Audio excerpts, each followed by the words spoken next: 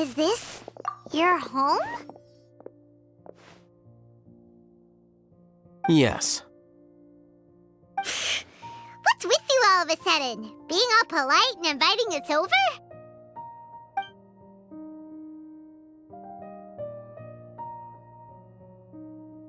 Ah, you're back. Quick, come help me see if this painting's all straightened. Huh? Who are they? Stop making a fuss. They're obviously guests. You're not from the academia, are you? I'm unsure she's seen you before. You're that person from that time in that one place! Wait, what? How do you know me? Oh no, do people know that I live here? What? You're embarrassed only now of all times? Oh, you guys are roommates! Yes we are, but keep that to yourselves. Please, don't tell anyone else. I keep a few books on collectives and the subconscious here at home. I'll get them. You all chat in the meantime. Hey! Hey! You're leaving just like that? What's the deal, AlHaitham?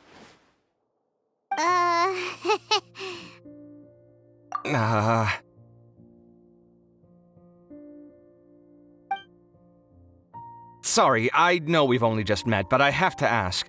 Are you, you wouldn't happen to be actors that AlHaitham hired to pretend to be his friends, would you? What? Guess not. I've never seen him invite friends home before, so please excuse my surprise. You guys get it, right? You know, with his temperament and stuff. But aren't you his friend? I wouldn't say friends exactly. Okay, well, we used to be, but we're not anymore. Huh? Don't worry about it. My name is Kaveh. I'm sorry to have met you under these circumstances. Anyway, please don't say anything about me living here. You seem like you got a lot going on. So maybe Samora will make Paimon shut up. Are you serious? How could you? Of course. You're AlHaitham's friends. What? That was a normal response. You exposed your own weakness. Still, why do you have to treat me like he does? Judging by the deafening din coming from the living room, you all must be getting along quite well. Entertain your own friends, why don't you? I'll leave the books here.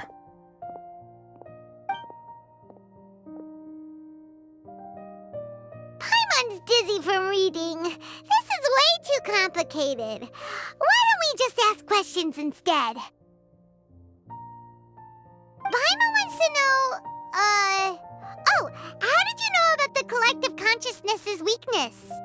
A year ago, Siraj presented his thesis to the Grand Sage, who offhandedly asked for my opinion. I actually responded with 2 lines of reasoning. The first, as I've already said, was that his research was on human evolution, a subject prohibited by the academia. The second was that I thought the direction of his research was too extreme, but his approach too conservative. Wait, that's too conservative? He built such a large lab, gathered all those people, and even tried to get rid of you!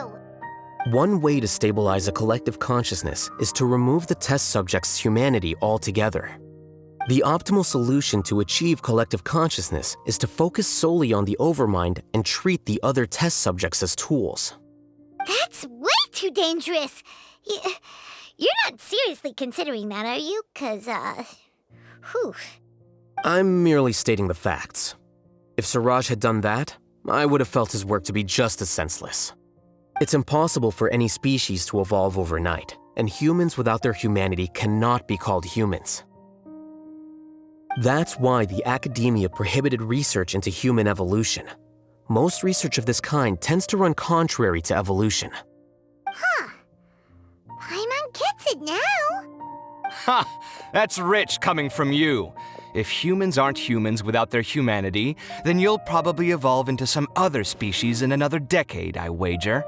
What about you? Are you going to devolve into a fungus? At least I'd be a fungus with empathy. Sorry for eavesdropping, but what happened to you guys? Are you in trouble? Sort of. We encountered a strange researcher that had it out for us. Are you all okay?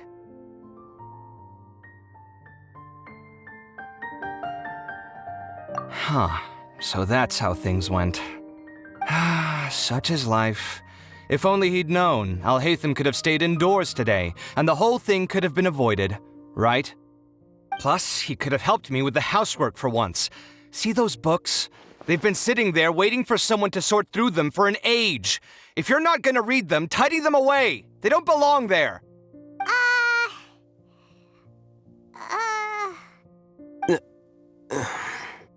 Can you feel the awkwardness in the air?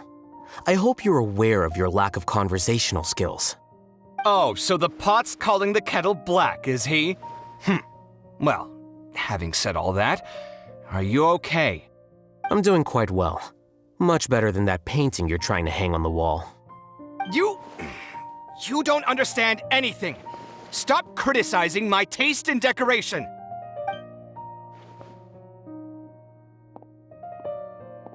Paimon can't tell which of them is more problematic. Let's just get this over with and leave. You whisper very loudly. Oh, yeah, Paimon's been told that. Do you have any more questions? Let Paimon think. Oh, by the way, the other researchers apologized to you. They hope that you can forgive them. I bear them no ill will. More accurately, I don't really care about what they think of me. To some extent, they were also fooled by Siraj. The Matra will take this into account at their trials. Ilyas also said that he wanted to tell us the truth at Gandharvaville, but he didn't have the courage. He apologized to you, too. It doesn't matter. I never considered asking him to come forward with the truth.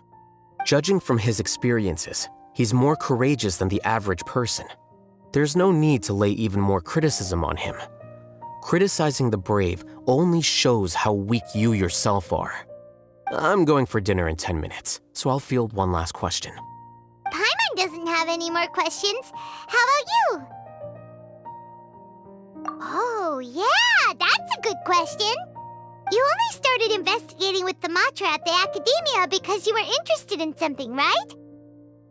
But after meeting Siraj, it didn't seem like you were interested in him or his experiment. I had no interest in him personally, but I was curious as to why so many people were willing to form a collective consciousness with him. I now understand the reason.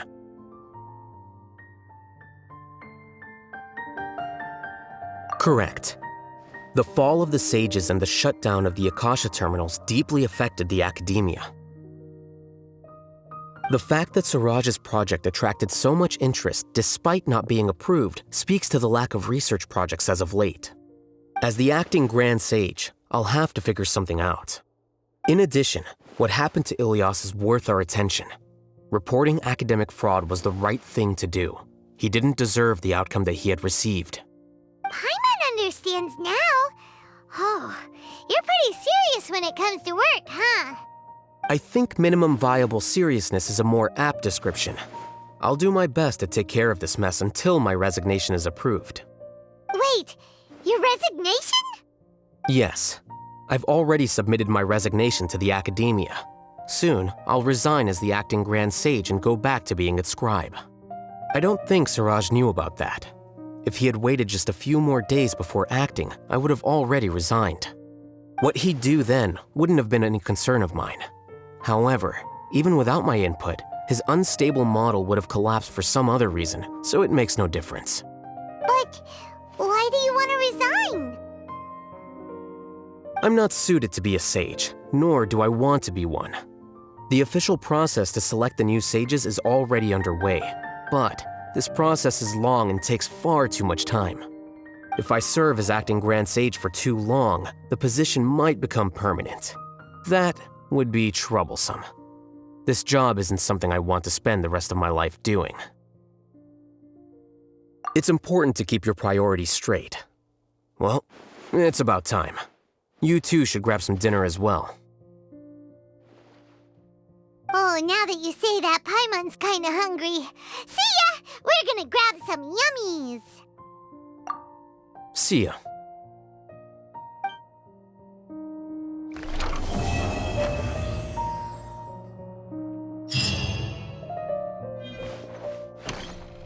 The name Siraj doesn't ring a bell. Was he in your class? He isn't someone who would leave an impression, so it's expected that you don't remember him.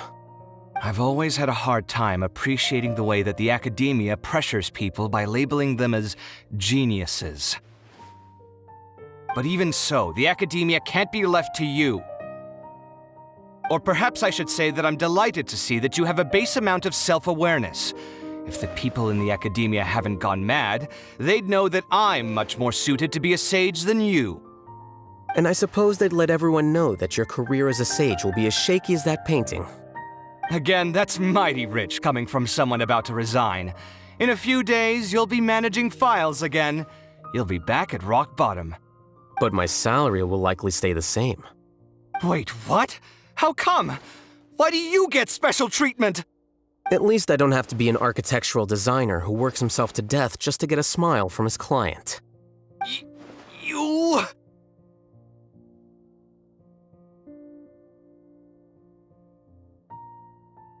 I took time out of my day to clean the living room for you, and this is the thanks I get for it?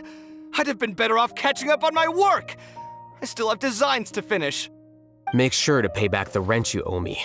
I'm going to buy some furniture with that Mora. What? Are you trying to annoy me to death? The decorations you buy keep getting uglier and uglier. What's the point of having a boring wood carving in your house? You'll have to blame that on my financial freedom. Fine. Go ahead and hide behind your financial success if you want. But if we forget Mora for a second, do you have anything of true value to boast about? I think I'd have too many choices, to be honest. You, on the other hand, can you think of any redeeming features at all? Artistry, for sure. You don't know the first thing about interior design. Don't go off buying random furniture unless you take me with you. So I'll have to bring you along and then buy you drinks? Of course. But why would I do that? It would just be another form of a loan, and you'd have to pay me back eventually. Can't you just be nice and not ask for the Mora back? Pretending that you're not in debt is as ridiculous as pretending you're not living in someone else's home. Word will get out sooner or later. Speaking of which, your friends won't say anything, right? Tell them to keep all this a secret. There's no need to hide it so carefully. I think the truth's already out. You're such a lightweight that a few drinks at the tavern had you spilling all your beans. What? No, it can't be.